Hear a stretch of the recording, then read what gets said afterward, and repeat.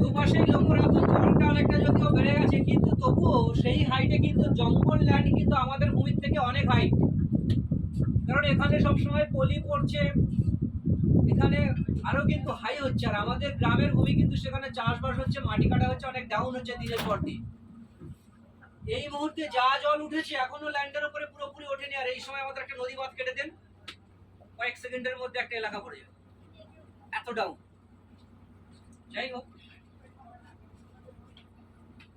দুপাশে দুটো camera fitting করতে হবে এবং হাঁটু সমান হাইট। এই জন্য একটা বাঘের উচ্চতা হচ্ছে 4 ফুট, তো বডির ছবিটা